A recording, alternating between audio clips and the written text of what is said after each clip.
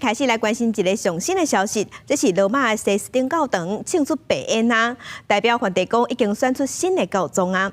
新教宗伊是美国人，美国的枢机主教普瑞佛斯特，名号24世，嘛是头一个美国籍的教宗。伊今年69岁，未来要带领全世界14亿的天主教徒。拄则伊嘛头届对外发表演说，伊祈祷所有的人拢平安。 崔伯汉7点半，今年69岁，在美国芝加哥出世的枢机主教普瑞佛斯特，第一遍出现在咧圣伯多禄大殿的中央阳台顶。伊当选成为普世教会第267任教宗，名号号做24世。圣伯多禄广场10万人用歌声、祈祷加普阿声见证这个时刻。Fratelli, sorelle carissimi, questo è il primo saluto del Cristo risorto. Il buon pastore che ha dato la vita per il gregge di Dio.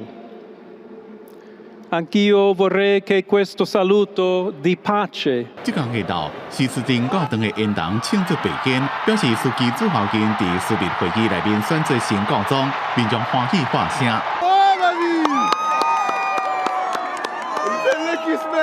24世，互人认为具备真侪教宗必要的特质。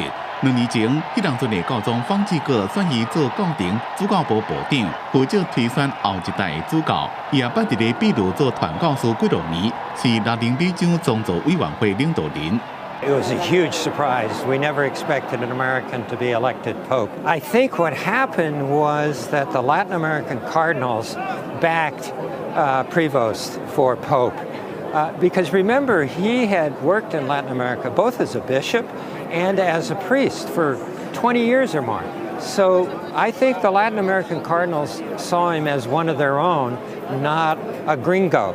24世第一遍发表会，伫全城甲全世界文告内面，讲基督行伫咧头前，世界需要夜光。感谢所有的枢机兄弟选伊做波多禄的继承人，并且向罗马的教会致上特别的问候，希望会让做伙成做一个传教的教会，一个搭建桥梁对话的教会，像这个广场共款，永远甲双手展开，接纳所有的人。